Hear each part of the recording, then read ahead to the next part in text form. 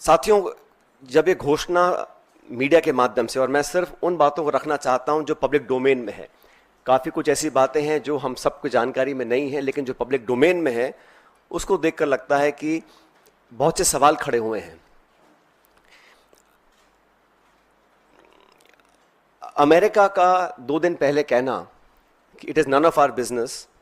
उसके बाद secretary of state, vice president, US president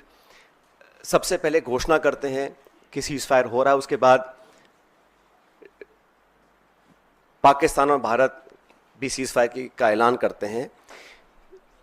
ये जो मीडिएशन है इसको क्या भारत सरकार ने एक्सेप्ट किया है और किन कंडीशंस पे इस प्रकार की घोषणा अमेरिका ने करी है,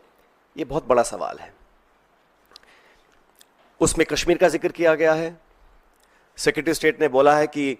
एक न्यूट्रल साइट पर कश्मीर के मुद्दे को, और कितना गलत अमेरिका के राष्ट्रपति जी ने कहा कि हजारों साल पुराना ये मुद्दा है। वो भूल गए कि 76 साल पहले ये एक ही देश था, कोई मसला नहीं था, लेकिन उन्होंने कश्मीर के मुद्दे को उठाया। और मुझे लगता है कि ये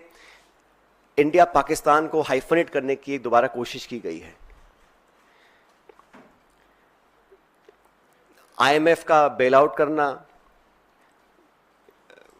पहले भी बैक चैनल डिस्कशंस होते होंगे, डिप्लोमेसी का अपना एक रोल है दुनिया के हर कोने में, लेकिन इस प्रकार वॉशिंगटन से सीज़फायर की अगर घोषणा होती है तो कई सवाल खड़े करता है।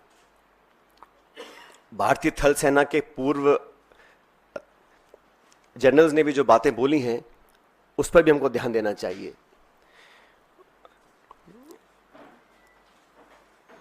मैं मानता हूं कि सीज़फायर की घोषणा के बाद जो कल बॉर्डर पर लगातार वायलेशंस हुए, गोले दागे गए,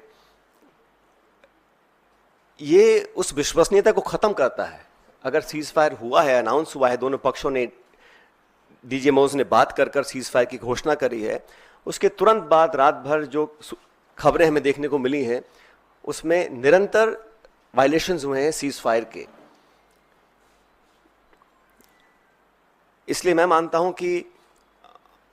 हम लोगों को एक ऑल पार्टी मीटिंग बुलानी चाहिए भारत सरकार को, और जो पिछली 2 मीटिंग्स में नहीं हुआ वो इस बार करना चाहिए। प्रधानमंत्री जी को इस ऑल पार्टी मीटिंग में आना चाहिए और पूरे देश को कॉन्फिडेंस में लेकर, सभी दलों को, क्योंकि सभी दलों ने अपनी विचारधारा को परे रखते हुए समय पर भारत सरकार को संपूर्ण समर्थन दिया था,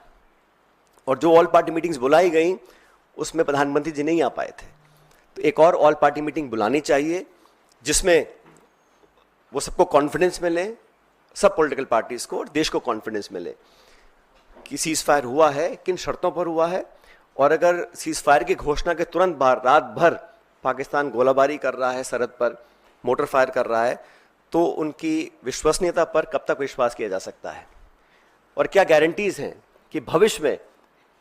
इस प्रकार की घटना को अंजाम नहीं दिया जाएगा। क्योंकि पाकिस्तान की सेना, पाकिस्तान का पॉलिटिकल सेटअप इस देश से बहुत फर्क है,